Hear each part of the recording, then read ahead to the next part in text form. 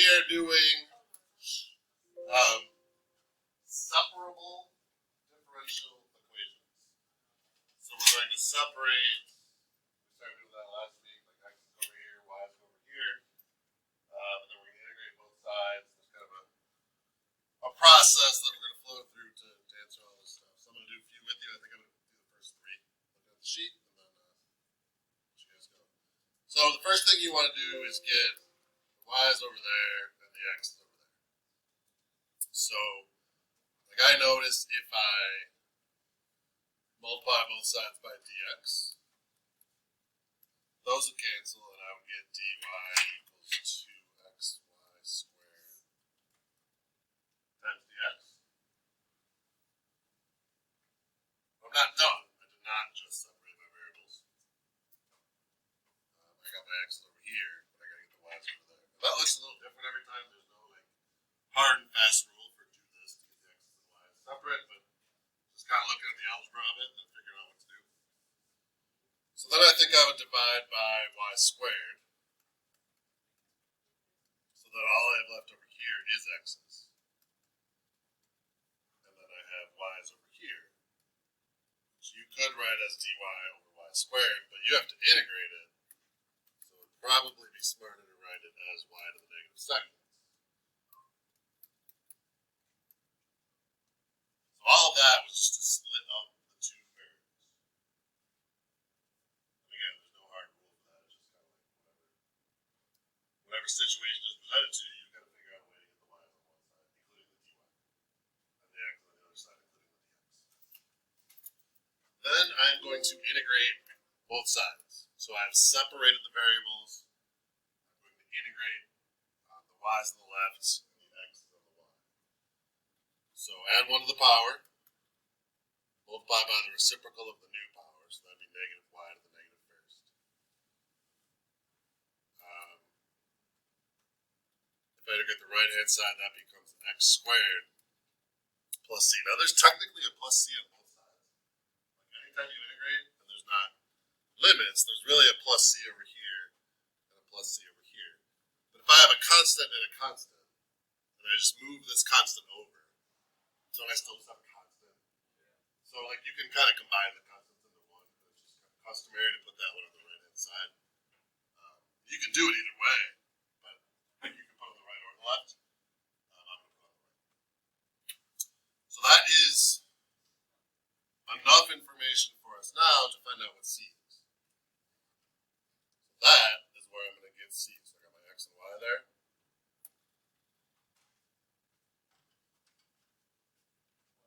That's not Oscar.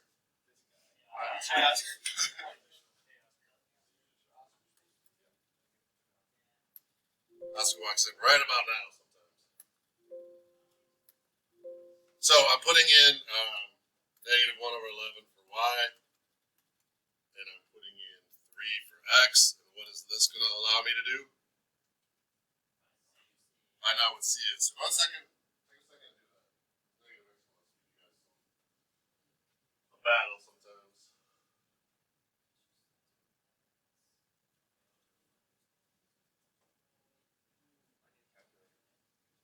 You know how to use calculator for this. Put your calculator away. Trent, what are you doing? No calculators. Zach, what are you doing? You were not allowed to use your calculator. I don't know what the freaking Spartans are doing. It just makes you feel better.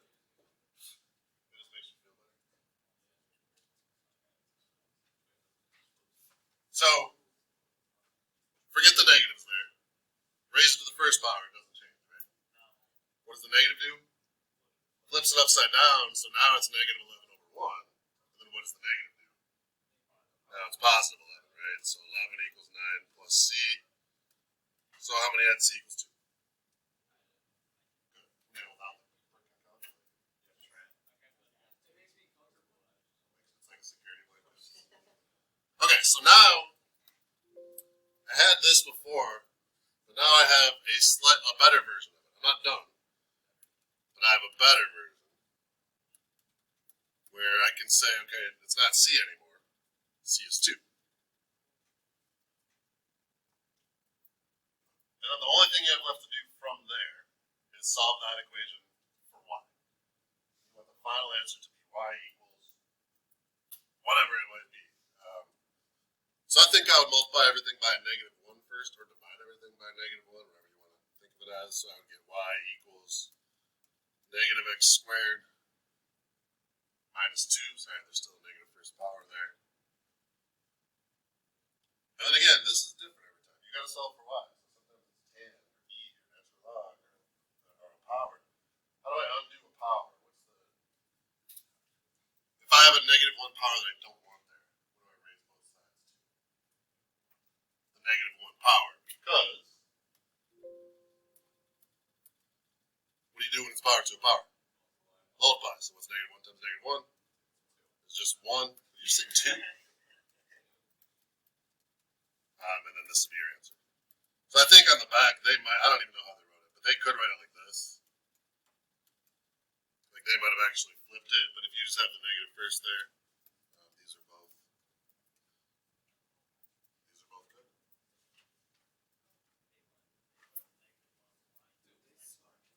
They put what?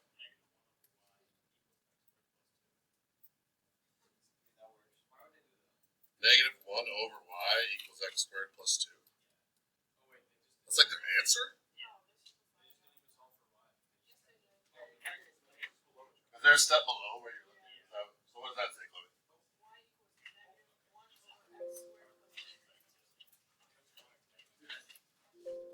Y equals -1 over x squared plus 2, like that?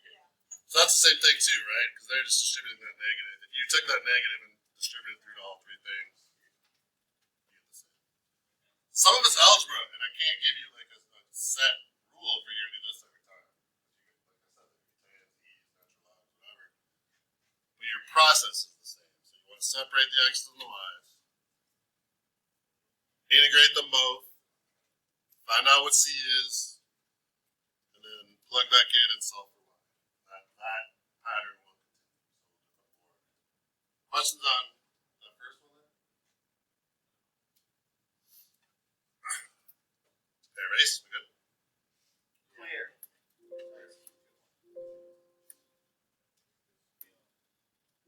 Alright. Is that your second one? Yes, sir. How do I separate the variables?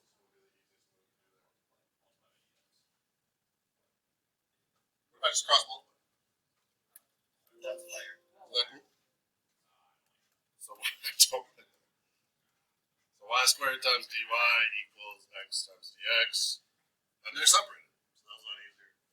The last one. You could do it in 2 steps. Like if you want to multiply by dx, do all that, and then multiply by y squared. Like that'll still work. Which top? Okay. So after I get them separated, what do I do? Integrate. So I'm integrate both sides. So this is technically 1/3 x. I'm sorry, 1/3 y to the third plus c, but I'm not going to write the c because I'm going to combine it over here into the c over there. Integral of x, 1/2 x squared, right? Plus c. And what? Look at the numbers, and I'm going to use that to solve for c, right? So 1/3, it actually works out okay though. You get the third root of 36 over 2 to the third. So like those third roots and thirds are going to cancel out. Equals 1/2 times -1 squared plus c. So when I look at that, like nasty looking fraction, you just cube the top and bottom of the fraction. So what's the cube root of 36?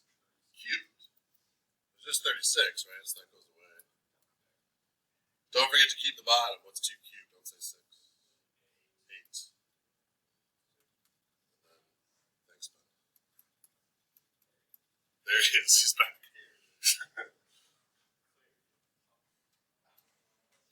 Still kind of a mess, but not terrible. You multiply straight across, right? So this is like 36 over 24. What's a reduced version of that? That's just 3 halves, isn't it? I multiply those, or divide both those by 12. Is that just 3 halves?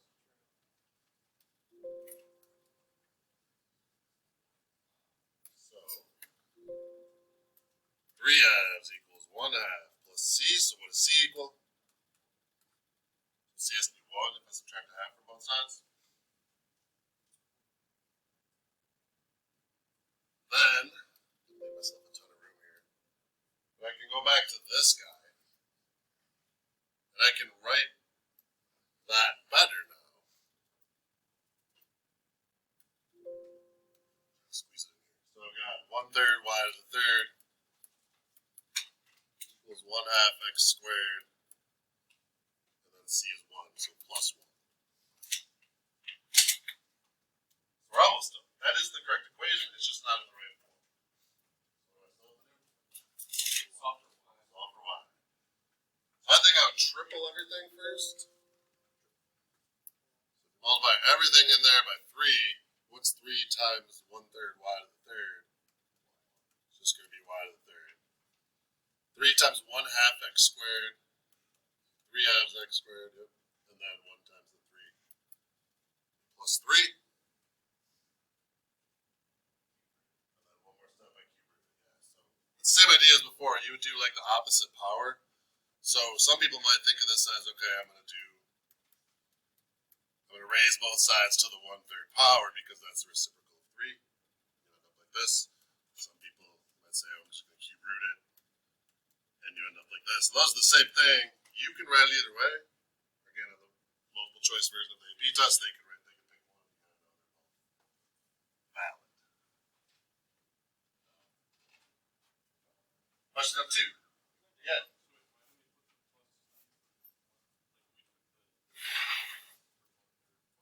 Over here. So that's just like, you're saying like, why is there a plus c here at all, or why is there one here and not here? Why not the other?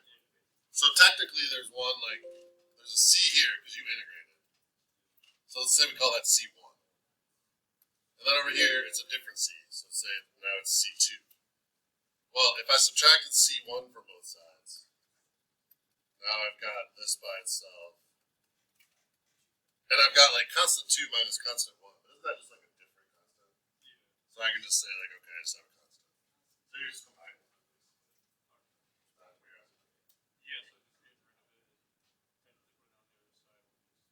So like joins up forces with the other constant. Other questions on this one? Alright, you guys try 3. I mean, I'll do it. I want to give you a chance first. Trig. Trig.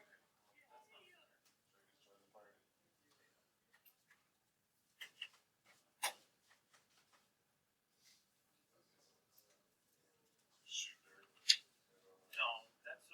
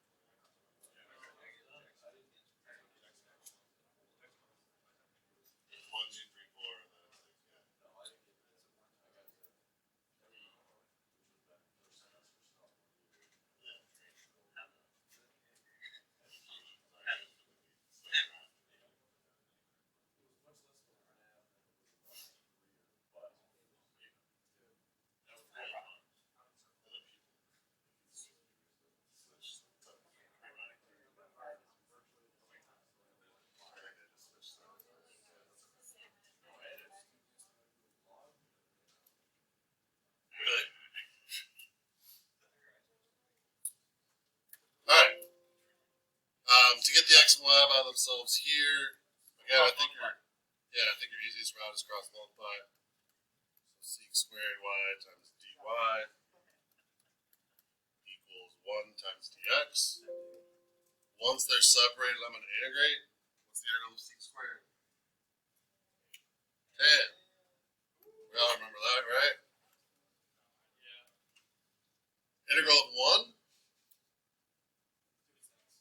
is x plus c. So that's like separating the variables and integrating. And then I'm going to use these 2 points to find out what c is. So tan of 0, x is 1,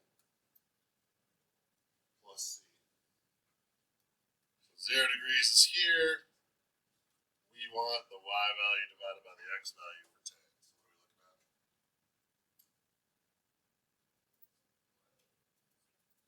It's 0, right? Because this point is really 1 comma 0. So 0 over 1 is your tangent. So this is 0 equals 1 plus c. So then therefore c equals negative 1. Agree? Questions there? Then I go back to this guy and I'm smarter than I was like 45 seconds ago. Now I know what c is, it's negative 1.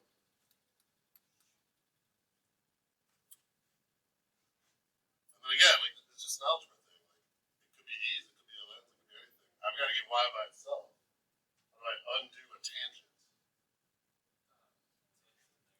I do tan inverse. So, like, technically what you're doing is tan inverse of tan of y equals tan inverse of x minus 1, and then your tan inverse and your cancel.